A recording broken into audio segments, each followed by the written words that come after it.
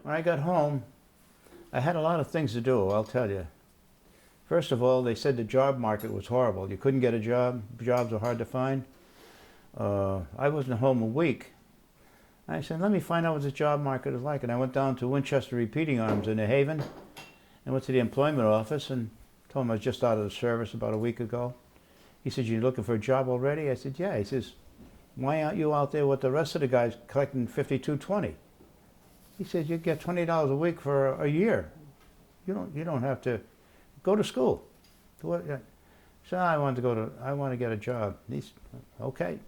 They were only paying about 40 cents an hour then. I would have made more on just loafing at the $52.20 with the rest of the bums on the corner, you know. But that's what my father said, go to work. So I go to school or go to work. So I went to work in Winchester, and I fortunately was given what I considered back then a pretty good job. It was very well paying. It was in their gun division, shaping wood stocks for rifles, you know, and I learned how to shape them.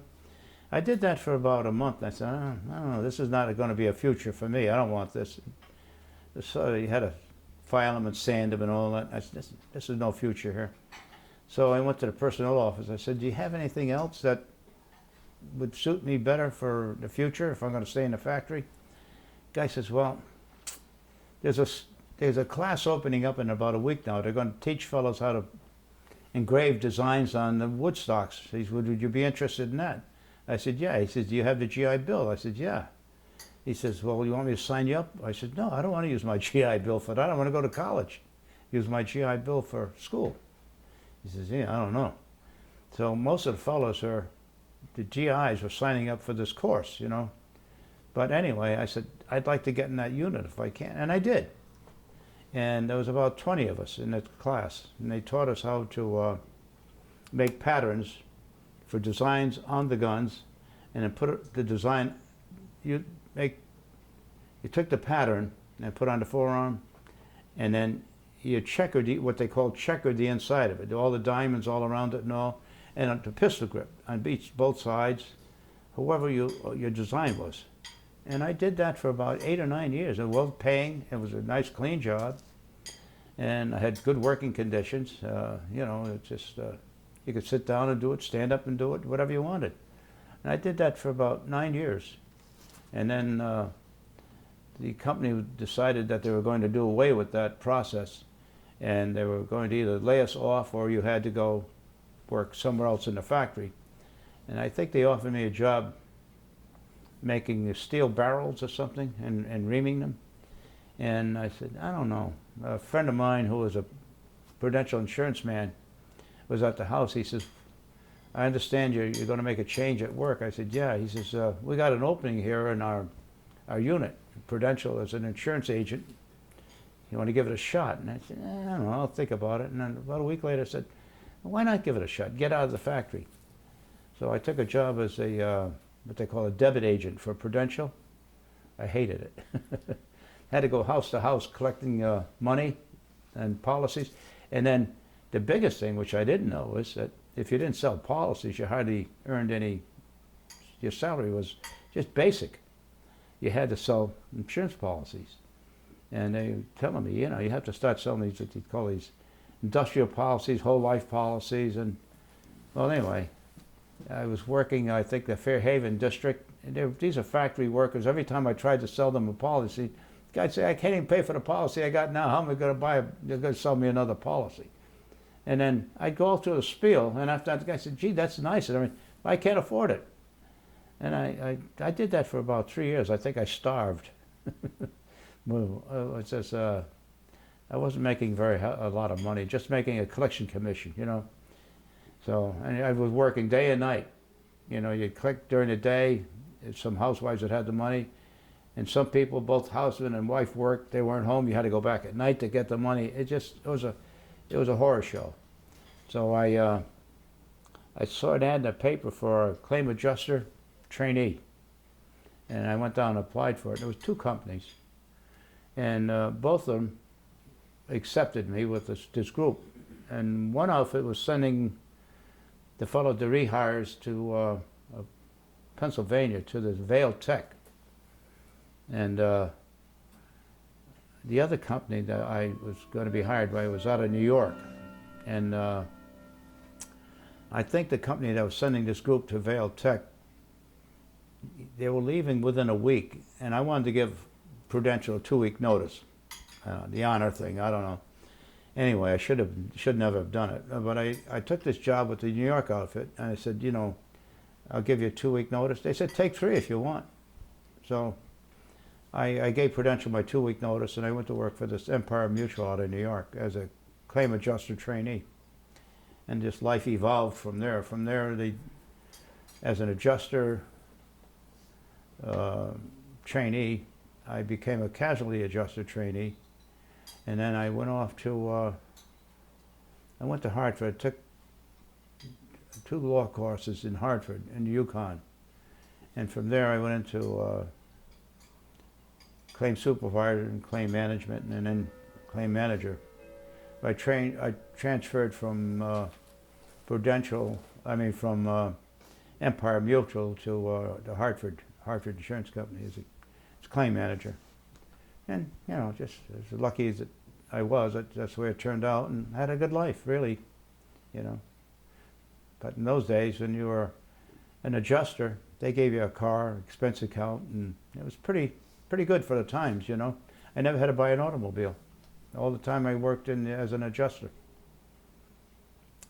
So, and my brother Lou always used to say, "Boy, you're lucky you always got a brand new car. I always got these broken down cars, and the battery's always shot, it won't run." You always had a new car. So anytime we went anywhere, we used my car. Oh, God, that was funny. Didn't make much money, but had a lot of benefits, you know. I use that for, primarily I use it for my night school. I was going to, what was it called? Junior College of Commerce at the time. I was still single. I didn't meet my wife, Mary Jane, yet. And I was getting an associate's degree in accounting. And that's what got me into Empire. You had to have minimum 2 years of college back then. And about a week or 2 after I got that job, they increased the requirements to a full degree. You had to have your bachelor's. So as time went on, I went back to school at night. And the company paid for it, as long as you maintained a B average. But and I stayed in the insurance industry, in the claims industry, you know. It was good. Would I do it all again? Not knowing how other would have been otherwise, I think, yeah, I'd do it all over again. Yeah, I had no, I don't have any regrets. I think I was very lucky. I mean, when I went to the service, I caught a 1.5 year enlistment. I was out in a 1.5 years. I got the GI Bill, had a decent job in Winchester, and after that I had a good job with the insurance industry. I don't have any complaints from, you know, my meager beginnings, so to speak. You know, I didn't have any real outlook on life as to any good prospects of. I never thought I'd get married because working in a factory, I didn't think I could raise a family. I could see my mother and father struggling with us all those years. And then, guys, I went to school. You know, when I went in the service and I came home, the fellows that I went to school with were married. And I went to visit them. Now we're 18, 19-year-old guys, right? They already had 2 kids, 1 kid, another kid on the way. They're living in a cold water flat, working in a factory, can't pay their bills. I mean, you had 1 stove in the kitchen, and you went to the other rooms, you froze. I said, this is not going to be me. I'm not going to go have a family like this. I decided I wasn't going to get married. But as time went on, and you know, I had a pretty decent job, and then I met my wife, and she was in nursing training at the time, and as things went on, we stayed together, and eventually she talked me into getting married. But before that, I wasn't going to get married. I just wasn't going to live that kind of life. You know, I didn't want to, I don't know, bring kids into the world and just live in a cold water flat and have them cold and hungry. I don't know. It just isn't. That's the way I was brought up. You know, I didn't want that. I didn't want that. Yeah, there was one fella. We went into the service together, and as it turned out, we we went through basic together. We went overseas together. And when I was in this Camp Hakata, he was in this other outfit, and I got transferred to the medical corps. I'd see him periodically. And when we were getting ready to ship home, he was in the same cadre as me, and we went home together. And he lived over in the hill section in New Haven. And after I was out of the service, about 2 or 3 years after, I happened to go into a fish market on Dixwell Avenue, down by the Dixwell Theater in Hamden, and he had a fish market. And I looked at him. I said, "Hey, Cheeks." He says, "Hey, Mike." He was a fellow that I'd been in the service with. Yeah, it's the only guy, though, that I had any contact with in the service and out after I got out. But we didn't really mesh. We didn't get together. I think he was married and had a family, and at that time I had a family, and I was juggling books. I was going to school at night, working in Winchester, and yeah, we didn't have much time for socializing, you know. That's about it, Mike. Yeah. I don't know how interesting it was, but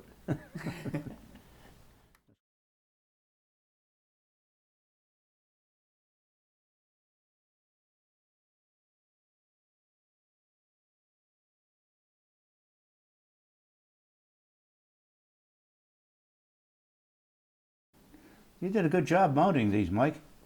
You know.